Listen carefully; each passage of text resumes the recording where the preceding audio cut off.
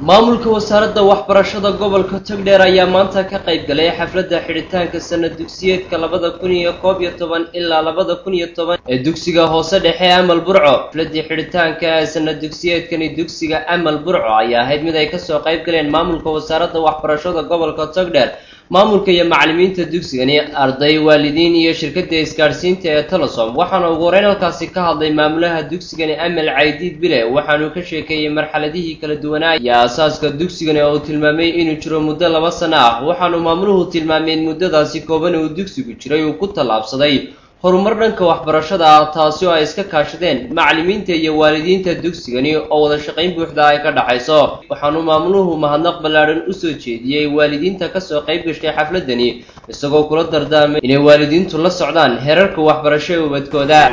iskuulkan Amal wadateen waalidiin badan oo ku hayaan xilligii la aasaasay oo 2009 ayaa la aasaasay.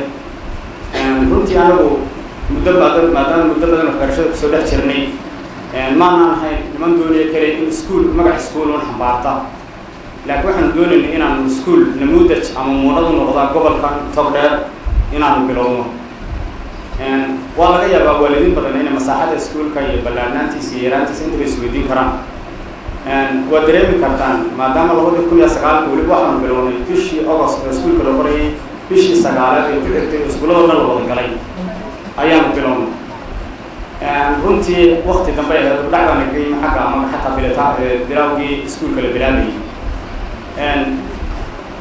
waqtiga aan bilownay waxaan u dhabar adeegnay muddo 1 sano ah in waalidiintu ay fahmi karaan ujeedada aan kale iskuulkan.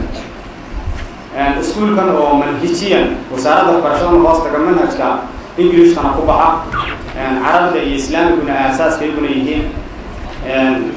waxaan ugu talagalay manhajka aan u sameynay ardayga dugsi hoose dhexe inuu si fiican ardaygaas u noqdo arday namuudaj oo gobolka iyo waxbarashada waalidiintu arki karaan. علي مهدي إسماعيل وسركال سرو كترسن شركة إسكارسينتا تلسون برعو أي سوقنا شيء إن الشركة هان حدود وناكسني كده يدوكسجني وحنو تلمامي إن يكون بليانيان مامولكية معلمين تدوكسجني تذلك يوجران هرمارك وحبرشدا ييني أبد كودا وحبران وحنو مسؤول كان كسر شركة تلسون وبلغ قاضي إن دوكسجني أمل أي سيجارة ودنين دونا شركة إسكارسينتا تلسون. مسؤولية شركة تلسون waxaan diyaar u nahay insha Allah ta'ala iskuulkan inaan waxna la qabano waxna la qabsano hadii ilaahay ka dhigo insha Allah ta'ala in aanu ka soo qayb galino dibeeyada iyo tartanada aanu qaban doono, siminaarada aanu bixin doono ee kala duwan iyo insha Allah ta'ala wax qabadkeega oo dhan sida iyaguba ay shirkadda xiriir fiican u leeyihiin ay u fuliyaan dhammaan adeegyada kala duwan oo dhan. waxaa kaloo iyaguna xafladani ka hadlay xubno ka tirsan waalidiinta dugsigani iyo ardayda wax ka barata dugsiga oo halkaasi ka soo jeediyay anaashid ay ku muujinayaan tacabka iyo dadaalka ay ugu jiraan waxbarashada iyo faa'iidada ay leedahay, iyadoo halkaasna lagu soo bandhigay riwaayad si mug looga turjumaysa farqiga u dhaxeeya aqoonta iyo aqoon la'aanta.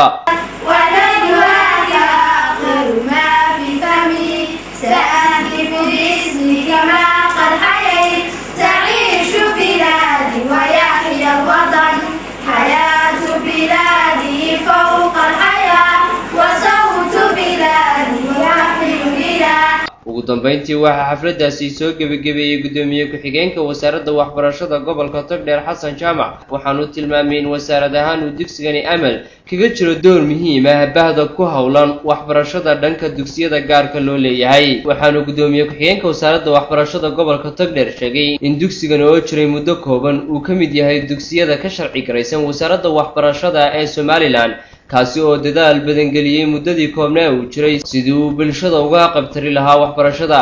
geesta kale waxaa mas'uulkani ka socday wasaaradda waxbarashada ee gobolka Togdheer abaalmarino halkaasi ku guddoonsiiyay ardaydii kaalmaha hore ka gashay imtixaanaadkii sanad dugsiyeedkan ee fasalada kala duwan ee dugsigani. ugu dambeyntii dugsiga hoose dhexe ee Amal Burco oo la aasaasay sanadii 2009 ayaa isagoo ah mid ka kooban fasalada 1 ilaa 5. waxaanu u muuqdaa dugsigani mid haatan horumar ballaaran ka sameeyay dhanka waxbarashada hoose dhexe, isagoo maamulaha dugsiganina ka dhawaajiyay inay kor u sii qaadi doonaan tayada iyo heerarka waxbarasho ee dugsigani. maxamed cawad maxamed, telefishinka caalamiga ee Somali Channel, Burco.